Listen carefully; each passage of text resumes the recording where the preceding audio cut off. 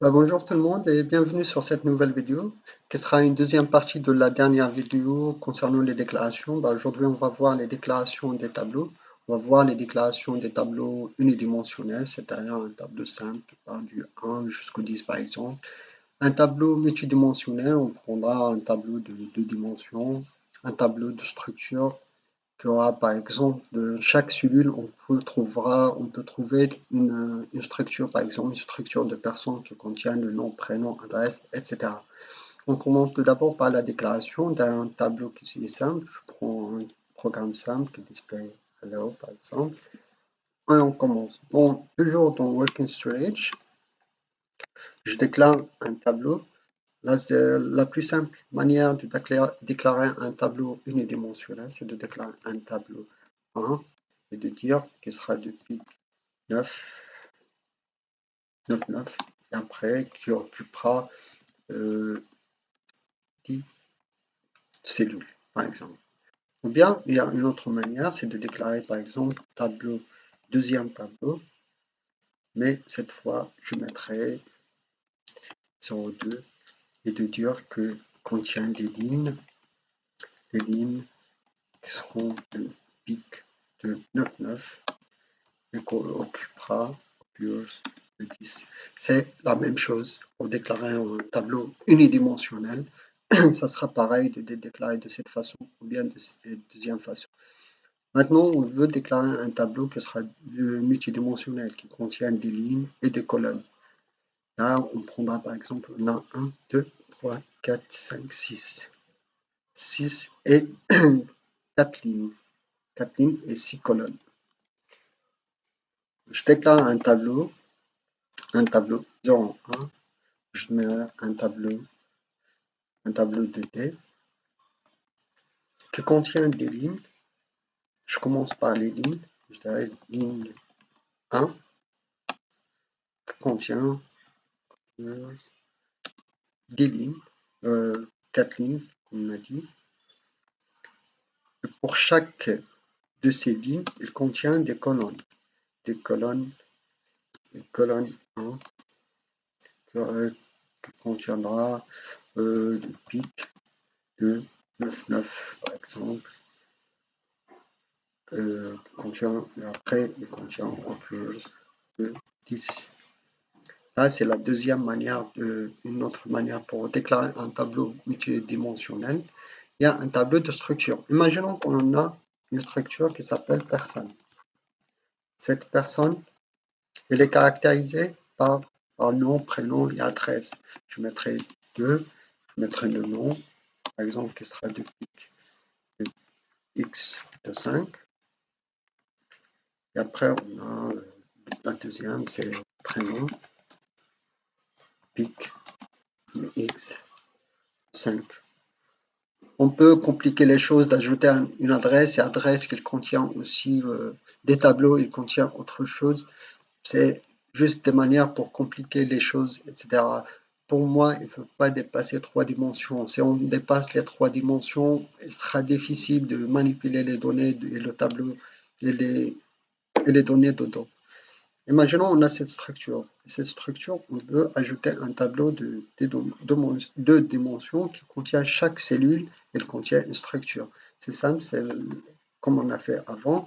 Je mettrai un tab numéro 3 qui contient aussi des lignes. Je fais copier-coller ça, qui contient des lignes. Et pour chaque colonne aussi, il contient, pour chaque colonne, il contient, je mettrai 4. Il faut faire vraiment attention pour les niveaux. Les niveaux sont essentiels dans le COBOL pour gérer tout ça. Il faut vraiment avoir des niveaux. Là, pour chaque colonne, on a, une structure. On n'a pas que des chiffres, etc. Là, c'est les déclarations des différents tableaux. Avant de passer à la manipulation de ces tableaux, j'aimerais bien de vous parler des boucles parce que ça va nous faciliter pour manipuler les tableaux. Donc, premièrement, on va commencer par une boucle qui est simple. C'est une perform, je dirais 5 times. Après, je mets and perform. Cette boucle elle va nous exécuter une instruction 5 fois. Par exemple, je mets un display simple, un display de high, un display de high. Quand on exécute, on va voir ce que ça va donner. Elle va nous display high 5 fois. Je mets que 2 fois. Ça va. C'est une simple boucle. Si on veut l'utiliser par exemple, pour ce tableau 1, qui est de la longueur de 10, je mettrai 10 fois. Et après, pour chaque tableau, je mettrai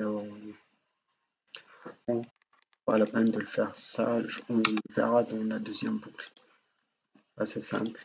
C'est là, je mettrai juste un display.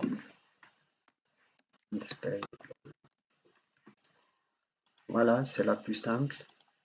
Après, on passera à la deuxième boucle. Deuxième boucle, ça sera un peu développé avec une condition, c'est-à-dire on va exécuter, on va faire une boucle, perform toujours, perform until, jusqu'à, c'est-à-dire exécuter jusqu'à i sera plus grand que 2, bon, que 10. Je mettrai and perform. On va déclarer cette variable, une variable isolée i, bien j, sera depuis 2, 9, 9. C'est pour, je travaille avec j, par exemple. Je fais exécuter cette boucle ou bien cette instruction tant que j elle est inférieure de 10. Inférieure de 10. Mais il faut faire attention. Là, avant, on va faire une initialisation. On va faire un move de 1, de j. On va l'initialiser à 1. Je vais faire un display de j égale à j. Mais il faut faire aussi attention, c'est il faut incrémenter g. Sinon, on va tomber sur une boucle infinie. Il y a deux manières, soit de faire un add de 1 de j, bien la plus simple, ou bien de faire un compute de j qui reçoit j plus 1. C'est la même chose. C'est deux manières de faire, soit add 1 de j, soit compute. On va l'exécuter. On va voir ce que ça va donner. Jusqu'à 10. C'est simple. Et pour cela, on veut, par exemple, on va manipuler ce tableau-là. Et pour chaque, on dirait que on fait un move. On va remplir notre tableau. Hein. Tout la table de J, par exemple. Et après, je mettrai un display, ben, si je veux. Après, je mettrai en autre perform. Bon, je fais display, je vais faire directement un display de table de J.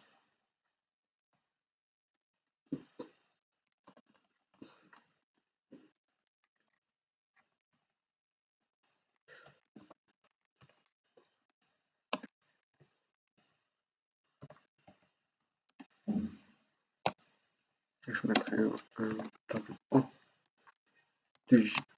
Je vais faire le display de J et je vais voir ce que ça va donner. Voilà. Le tableau contient 1, 2, 3, 4, 5, 6, 7 et après, si vous voulez, on peut faire vraiment aussi, pour être sûr, je vais faire un display de la table de numéro 6, de voir ce qu'il contient. Après, la table de 6, il contient 6. C'est une autre manière. Là, c'est la deuxième boucle. La troisième boucle, il est un peu plus développé. C'est la plus utilisée. Ben, on le verra. Là, je vais le mettre en commentaire. Je vais travailler avec J par exemple. Bon, elle est déjà déclarée. C'est perform, c'est comme la boucle for. Je vais mettre un perform varying, perform varying. J from 1 by 1 until J sera plus grand que 10. Je mettrai end perform. Voilà. Là, c'est une boucle que je dirais pour J for J from 1 by 1. L'incrémentation sera par 1 jusqu'à que J sera plus grand que 10. Et pour cela, je vais mettre juste un display, display de J. D'accord? Fait exécuter. Voilà, c'est 1, 2, 3, 4, 5, 6, etc. Je vais faire aussi, ça sera la même chose pour celle-là. Pour J, j'ajoute J à la table J, et après, je fais un display. Là, c'est pas la peine de faire une incrémentation, elle sera automatiquement faite. Voilà, c'est 10, etc. Bon, il y a autre chose que je veux vous montrer, c'est dans cette boucle-là, je vais mettre un simple display de J. Je vais exécuter. Il va nous afficher de 1 jusqu'au 10. Mais si je mets qu'un test, sera after.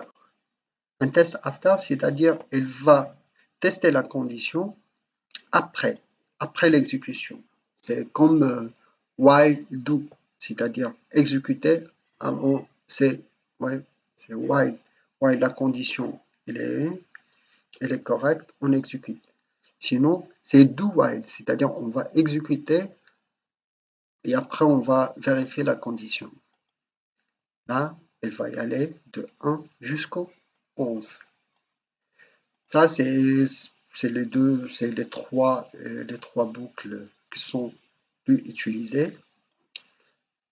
Ben, voilà, je pense que c'est bon, ces trois ils sont suffisants pour exécuter, etc. Il y a une autre chose que je veux vous parler, c'est les conditions. Les conditions, c'est simple. On a trois conditions par exemple. Bon, on n'a pas trop de conditions, on a que if. Par exemple, c'est ce qu'on a vu la dernière fois. If J. Bon, je vais le mettre ici.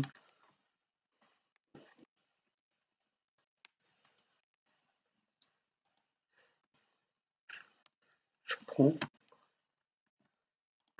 celle-là, je mettrai J et je mettrai if J égale à 5, un display de hello 5.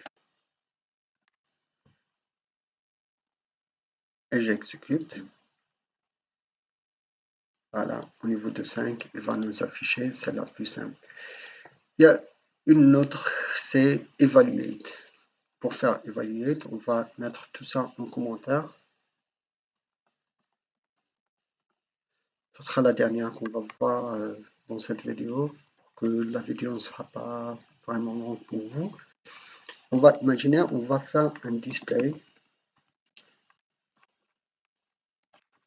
de saisir votre choix. Ce choix, il va composer de 1, 2 ou 3. Voilà. D'accord. Après, on va accepter le choix. Accepter le choix qui a été saisi. Je vais le mettre directement dans notre valeur J. J qui sera de une seule longueur. Non, voilà. Accepter le choix. On va faire un evaluate de saisie. Un evaluate, c'est comme switch case en Java. Je fais un evaluate de J et je dis when 1, c'est-à-dire si G égale à 1, bien when J égale à 2, when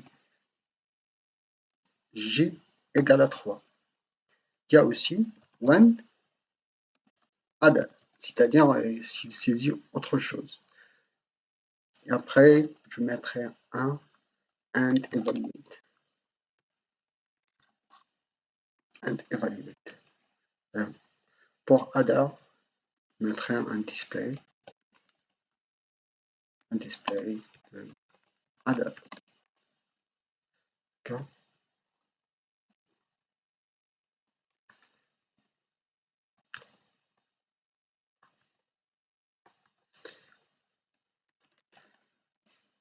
Un, c'est saisi 2, je mettrai 2, c'est saisi 3, je mettrai 3, c'est saisi autre chose, mais alors, c'est évalué et j'exécute. Saisis votre choix, je saisis 2, la fiche 2.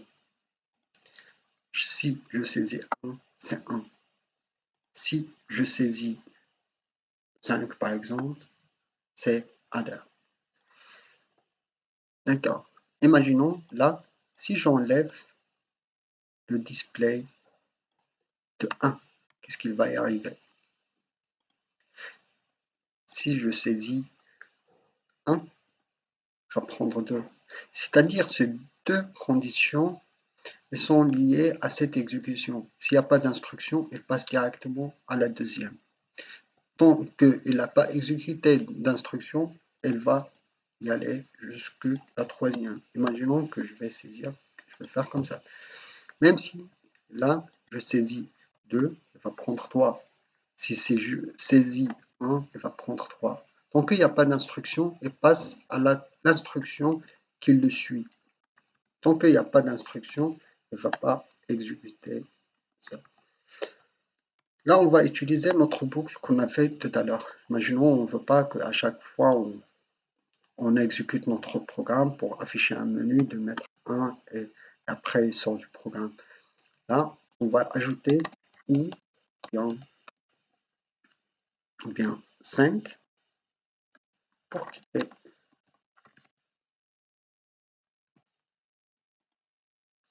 Voilà, faire comme ça.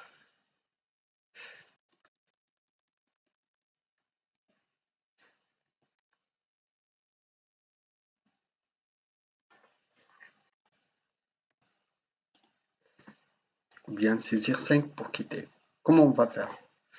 Ben, c'est simple, je mettrai notre boucle until, perform until. C'est-à-dire, je mettrai perform until j égale à 5. Tant qu'elle égale à pas 5, je fais comme ça. Je mettrai tout ça dans la boucle.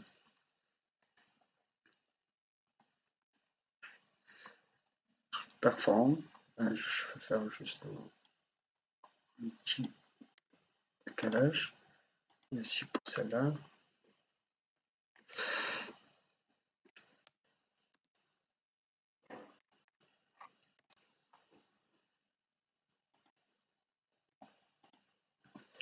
D'accord, perform. Et je veux la terminer avec and perform.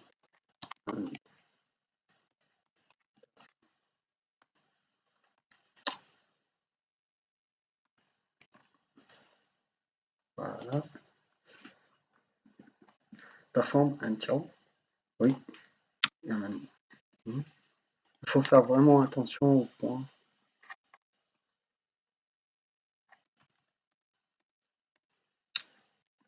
Et voilà. J'exécute. Je saisis 2, elle va afficher 2. Saisis 3, elle va afficher 3. Saisir 4, c'est adder. 5, il va quitter. Ça sera tout pour cette vidéo. La prochaine vidéo, on va voir la manipulation des tableaux. Donc, on a vu comment faire les conditions, comment faire les boucles, etc. Et on a vu aussi la déclaration des tableaux. Dans la prochaine vidéo, on va essayer de manipuler les tableaux avec les boucles, de voir, etc. avant de passer au programme COBOL Batch qui va utiliser les fichiers, etc. J'espère que cette vidéo sera intéressante pour vous. Merci beaucoup et à la prochaine vidéo. Au revoir.